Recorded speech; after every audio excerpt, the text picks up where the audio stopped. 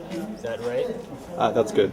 So first of all, could you just tell us your name and where you're from and what you do? My name is Jonathan Brown, Dr. Jonathan Brown, that is. And I'm a professor of Near Eastern Languages and Civilizations at the University of Washington in Seattle. Is this clear? Yeah, that's good. That should be fine. And I teach mostly Islamic history, Middle East history, and I'm currently in Yemen for another day, and I've been here for about 40 days doing research. Very good. And so one of the things that we talked about was you're hunting down ijazas in different regions, and my students are going to learn a little bit about ijaza in the classical period, but can you just tell them something about what it's like in the modern period and what it was like for you to get these things and why you're interested in attaining them? Okay, well, ijaz is, first of all, ijaz is, there's three kinds of ijaz. Ijaz means permission. There's ijazat al-diraya, ijazat al-riwaya, and ijazat al-tazkiyah. Ijazat al-diraya is the ijazah of knowledge, which means that a teacher actually gives you permission to teach a book. So you studied a book with the teacher, he's explained it to you, you've demonstrated a capacity to understand it, sort of a mastery, you've passed the final exam, as it were. And then you get permission to actually to teach that book. This ijazah is very serious and difficult to get, and it actually has a lot of substance to it. The second kind of ijazah is ijazah al-riwaya, which is really only ritual. Back in the classical period, it was basically given somebody when they came and they, let's say, read part of a book with a teacher, a hadith book, and so part of the book they actually have read in front of the teacher so that he could correct their understanding and make sure they're reading it properly. And anyone who knows Arabic knows that sometimes there's no short vowels written, so actually you need people to tell you if you're reading something correctly. It's not like reading English. You might actually be reading the wrong words, understanding the wrong words. And so basically then the teacher would say, okay, you've read part of the book with me, and as long as you get a good copy that's sort of well written and doesn't have any mistakes in it, I give you permission, ijazah, to transmit the rest of this. So you can then transmit the knowledge, the hadith, to the students of your own. The third kind of ijazah is called ijazah al-tazkiyah, which is the ijazah of purification, which is a behavioral ijazah, which means that you've spent time, a long time, with a teacher who has an isnad or a chain of transmission for behavior, and a lot of times associated with Sufism. So they studied with a Sufi master who's taught them how to be pious and goodly and how to act in the manner the Prophet acted. And basically, you learn that from the person by spending a lot of time with them, and then they give you ijazah, permission to transmit that style of behavior.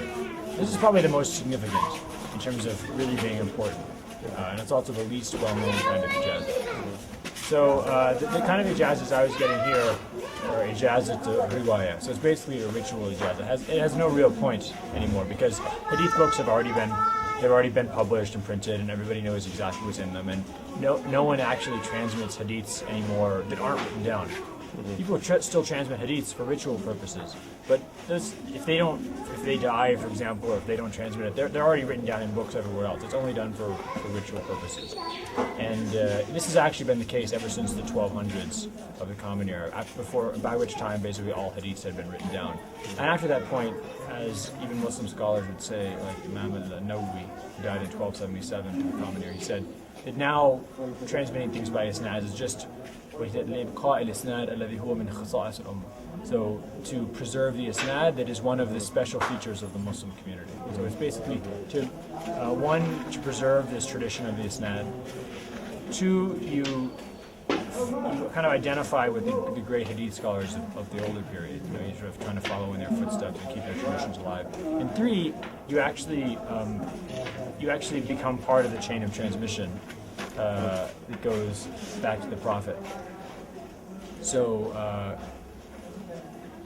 and this has a couple of benefits. One, people think that it's a form of blessing to have, to be at one end of the chain of transmission and have the Prophet at the other end. And so you even have the scholar, the great vizier of the Seljuk Empire, Nizam al-Mulk, who said, even he liked to transmit hadith, and he said, I know I'm not worthy of it, but I want to be one of those people who are part of the train of those people who transmit hadiths from the Prophet of God. So this is something that people do for the purpose of blessings.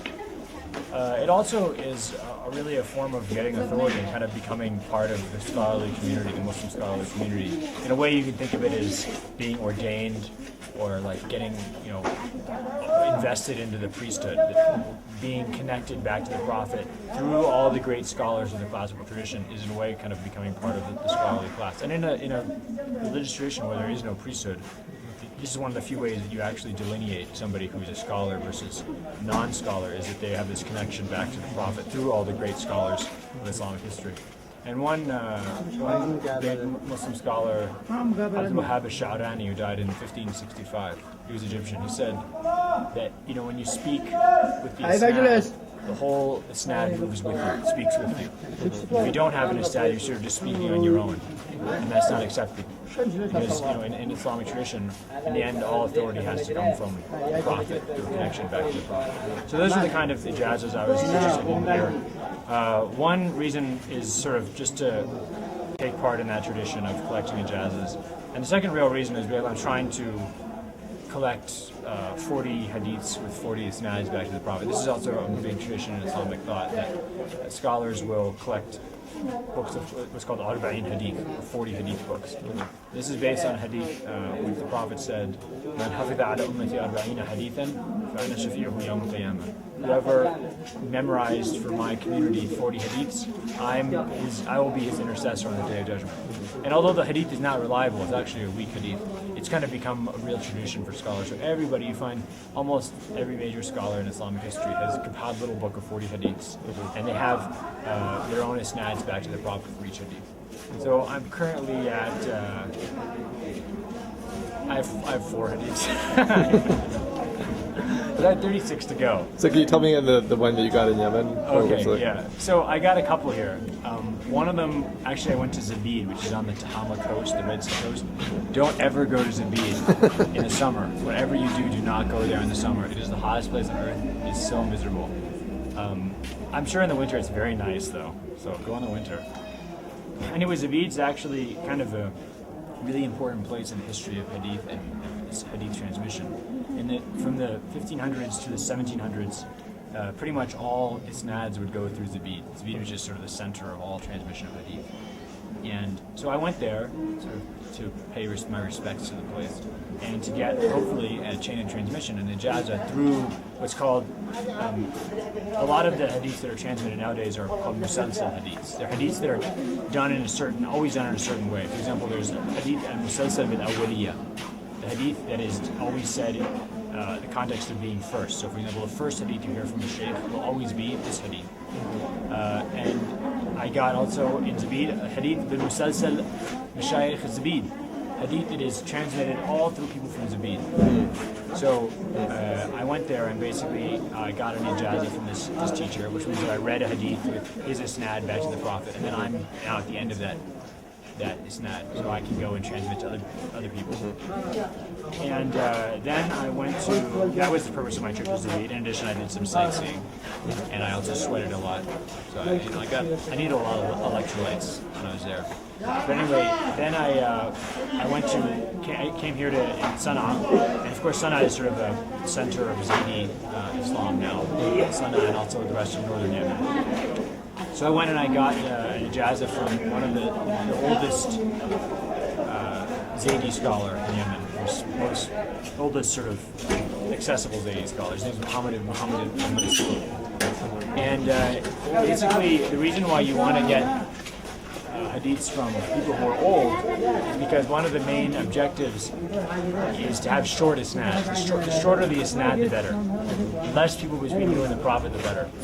So if you can, as a young man, meet a very old person who, as a young man, had met a very old person who, as a young man, had met a very old person, you're actually cutting down the links. You're actually cutting down the links in the isnad. So if you have a isnad that's very short, it's ali, or an elevated isnad. And so it's great to be able to go and meet people who are very old. I think nowadays the shortest realistic isnad is to the Prophet is about 20, 21 people.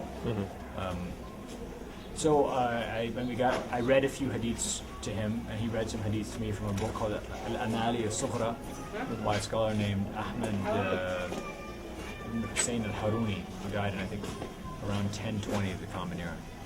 And so now I have isnad through Muhammad al-Mansur back to the author of this book and then to the Prophet. So I can add those isnads to my 40 hadith book. And then I'll have actually an isnad of Zaydi scholars, which is very interesting. And then I went to Hadramaut, which is in southern, southeastern Yemen. And Hadramaut has really been a center for Muslim scholarship for a long time, although they had some trouble in the communist in the 1950s, 60s, 70s, and 80s. But recently there's been a resurgence of scholarship there. And there's still the old generation of scholars who were alive during the communist times. And so we went, one of my teachers and I went around Hadramaut to meet with the very old scholars there. So we went to Mukalla on the coast, we went to a city called Hajrain in the interior of the Hadramaut Valley, and finally we ended in Termim and Sayyun, which are a very far interior part of Hadramaut. And then we, so who are some of the people we talked to?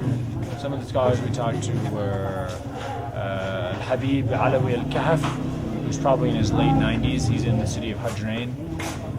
We went to one woman who's about 105 years old, and she just lies in her bed and she doesn't ever move from her bed. She's in a little village called Amd in the Hadramaut Valley. Her name is Al-Hababa Safiya Al-Amdiya. And you go up to her and you say hello and you greet her and everything, and then you ask her for her ijazah, and she gives it to you. And it's interesting because if you look at the isnad, most of the chains of transmission, most of the isnads that go through the scholars of Hadramaut, we heard I got ijazah from one scholar who is about 95 years old. Habiba Safiya, her isnads are so short that if you get her isnad, it actually cuts out two people from even in comparison to the guy who's 95 years old. So students will just come to her every day from different parts of the world to get this ijazah, because she, as a young girl, had heard knowledge from a very, very old scholar who had come to her village. So, and of course, the hope is that one day, maybe it's a little bit egotistical, but the hope is that one day, when I'm 95 years old, if inshallah, God willing, people will come to me and I can give them ijazah. So, you kind of hope to one day give this knowledge, or continue this tradition with other people. And then, so one of the things we did, I can't remember the name of the scholar right now actually, but when we were in Mukalla on the coast of Hadramaut, one of the scholars did something called the Hadith al-Musalsal bil-Ilgam, or bil-Ilqam, which is that the Prophet Muhammad gave, or Hadith al-Musalsal bil-Ilgam al-Asmarain, wal-Ahmarain, which is to give someone dates and water. So the Prophet fed someone a date in their mouth, actually fed it to them, and then gave them water. And then that person did that to his student, did it to his student, did it to his student, did it to his student, did it to his student, all the way to this sheikh in Mukalla who did it to me. So he put a date in my mouth and I drank some water. And so now, actually what I was going to do with my students in the Intro to Islam class is, although I'm not going to feed them each a date because I'm sure that would lead to some kind of lawsuit, I'll probably just give them all a big pack of dates and have each one come and then drink also water. And then I'll give them the isnad, and they'll all have the isnad of Ilgam. Very nice. Which is, I think, a very good way to understand how the Islamic religious tradition works, which is that in the end, everything is something, inheritance of knowledge from the Prophet. That's how it's perceived at least. So that's the story of my ijazah hunting in Yemen. And I can't think of anything else terribly interesting I did here. Well, thanks very much. Is that any other questions? One question occurred to me: how common of the generation of the sheikh were women transmitting hadith? Well, actually, women really excelled at hadith transmission after the compilation of the major hadith collection. So after sort of the 300s and 400s, or the 900s and 1000s of the Common Era, you find that women, because they tend to live longer than men, would become the people with the shortest isnads. So you have lots of big senior male hadith scholars would end up traveling to places to read a hadith book with a female teacher. For example, Al-Khatib al-Baghdadi died in 1071 of the Common Era. He's a very famous hadith scholar from Baghdad. He went all the way to Mecca to read the book Sahih al-Bukhari with a teacher named Karima al-Marwaziyya because she had a very short isnad for the book.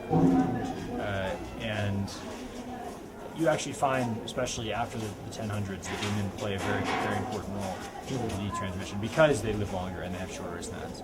And actually nowadays the shortest isnad for the Quran is a woman named Sa'd al-Iskandaraniya, Sa'd from Alexandria.